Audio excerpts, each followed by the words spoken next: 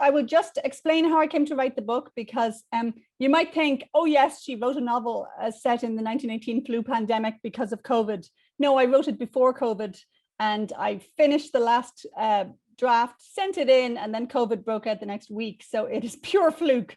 So this is not a COVID novel. The only thing I changed in it in doing the edits during COVID was that I hadn't used the word pandemic, because even though that was the technically correct term to use, even in 1918, it was very sciencey, you know, it was like a statistical term. So not many people were walking around saying, oh, this terrible pandemic. So I didn't use it because it seemed too exotic a bit of vocabulary. But by the end of March last year, it was obviously not an exotic bit of vocabulary at all. So I changed a few examples of epidemic to pandemic in the novel. That's the only thing I remember changing, you know. By the way, just before we begin, I wanted to say I owe you guys in the Golden Crown Society, because you gave me an award for my least selling novel ever, Landing, back in, I think, 2007. You know, that novel, I never got it published in Ireland or England. It was published, but barely in North America. You know, only lesbians have ever sought out that novel to read. So I was so grateful to suddenly get an award from the Golden Crown Literary Society. So it's among my treasured lumps of plexiglass.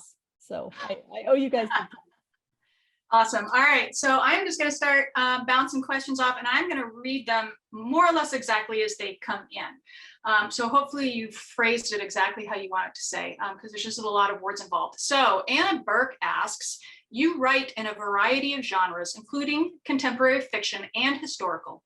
Do you find writing historical fiction informs your contemporary work and vice versa? It's a great question nobody's ever asked before, actually. Everybody assumes they're kind of hermetically sealed categories, when in fact, for instance, your historical stuff, you bring in as much from your life as you do in contemporary novels, but nobody notices because you put it in historical costume and disguised it, you know. But that wasn't the question you asked. I think the fact that I've written a lot of historical fiction makes me very relaxed and enthusiastic about the research process, because I know that when you're setting a novel in Dublin in 1918, you have to look everything up. You're like, hang on, what point did they pay on the tram? What coins did they pay in? How did they disinfect the coins back in November 1918? You know, you cannot write a sentence of historical fiction without doing the research. And so actually, when I'm writing contemporary fiction, such as, for instance, Landing, about a flight attendant, you might think, oh, I could just do that out of what's in my head. But no, in fact, unless you have a very sharp memory, you need to research that too. And historical fiction just got me very used to the research process. So the fact that I know nothing at all about a subject has never stopped me from deciding to, you know, to chance my arm, as we say in Dublin, and to try it, because I think there's always the internet. I can look stuff up. It's fine. I'll find out what I need to know. I'm wondering, has it gone the other way? Has my contemporary fiction affected my historical? Probably, in that I try and put in some sort of moments of humor in everything. My contemporary fiction, I got very used to the kind of establishing a kind of a warm rapport with the audience, especially when back in the early 90s, when I was first writing, you know, not many people were used to lesbian subject matter at all. So I got very used to using humor to kind of make my readers feel relaxed rather than make them think, here comes a minority. You know, so similarly with my historical fiction, I often try and go for the same kind of, you know, almost chatty tone, rather than having them feeling this is history, you know. So yeah, they help each other. So just as a bit of a follow-up to that, is there anything research-wise that you decide, man, that's a little bit too much, I'm just gonna sort of let that one slide and maybe nobody will notice? Or well, by then it's too late, in that I can't decide halfway through, oh, you know, the stuff about placentas is too much for me, I'm not going to write this novel. At that point, I'm up to my elbows in placentas, as it were. So with every novel, there's a bit of technical research that makes me feel I'm never going to understand this. With a novel set in the 1780s called Life Mask, it was cockfighting. For some, you know, I'm not a natural audience member at a cockfight, you know, and working out the technical details of exactly how they organize the fights. Oh, and card games. I completely bullshitted my way through the card games in my novel Frog Music. You know, there were all these, like, you know, lowlifes and pimps playing a game called Pharaoh in 1870 San Francisco. I could not explain the rules of Pharaoh to you. So I look up enough that I can kind of throw in the kind of phrases the dealer would say, but all the way through I'm just bluffing. And I would say the medical stuff, again, in Pull of the Stars, you know, It's funny. I was very lucky in that I had a copy editor at Little Brown who is an emergency room doctor as well. And I also showed it to a midwife. I got a midwife to vet it. She was in quarantine for COVID and she spent her time vetting my novel. And they caught some really embarrassing basic errors of mine because you see, when it's a complicated thing, like there was a hideous operation they used to do in Ireland to sort of unhinge a woman's pelvis to allow the babies out.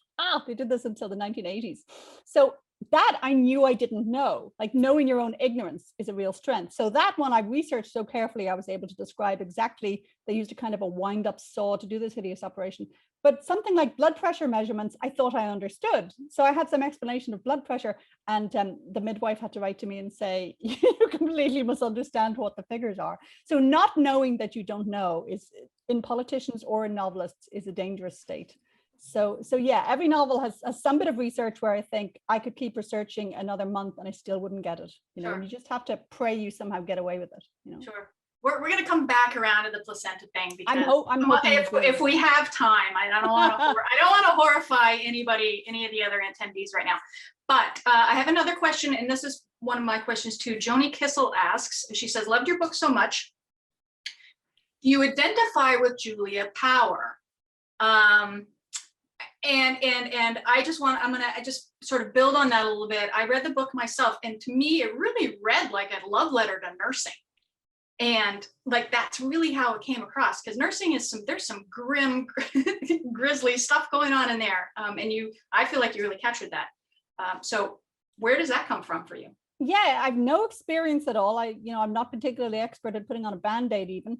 I think I envy my friends who have jobs I would consider kind of real worldy jobs, like say nurse or midwife, or even social worker, teacher. That kind of job can seem really at the coalface, and being a writer can seem like this luxurious hobby sometimes. I can't believe I get to just sit around all day making stuff up, So of the real world jobs that are, more exciting to write about than novelist, like I try and never write about somebody who's a novelist because there's not that much to say, That's not very visual either. That's why in movies they're always, throwing their manuscripts out the window or setting them on fire or something, because it's not very visually exciting to look at.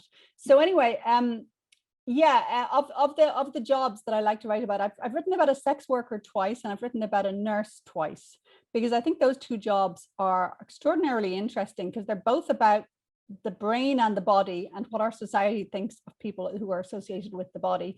And they're both classic women's jobs, I mean, probably as long as there's been history, women have been selling sex or kind of mopping up the sick, And a nurse is a really interesting one because it's obviously very expert, like, in every era, nurses and midwives have had to know what was going on, but it's often been despised and low paid and overworked.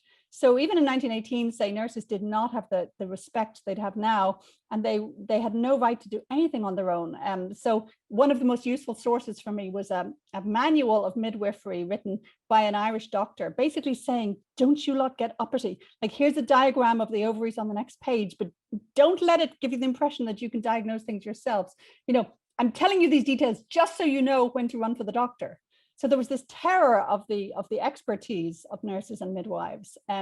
So it's a very interesting in-between job. It's kind of liminal in that, 1 minute Julia is this calm, confident expert who knows all the body parts, and the next minute a young doctor is in the room completely bossing her about and disrespecting her and telling her, go fetch the wind-up saw, So it makes it a much more interesting job to write about than a job that's clearly powerful or clearly kind of, bottom of the social ladder, because it means she's in the middle, she's in on all the conversations.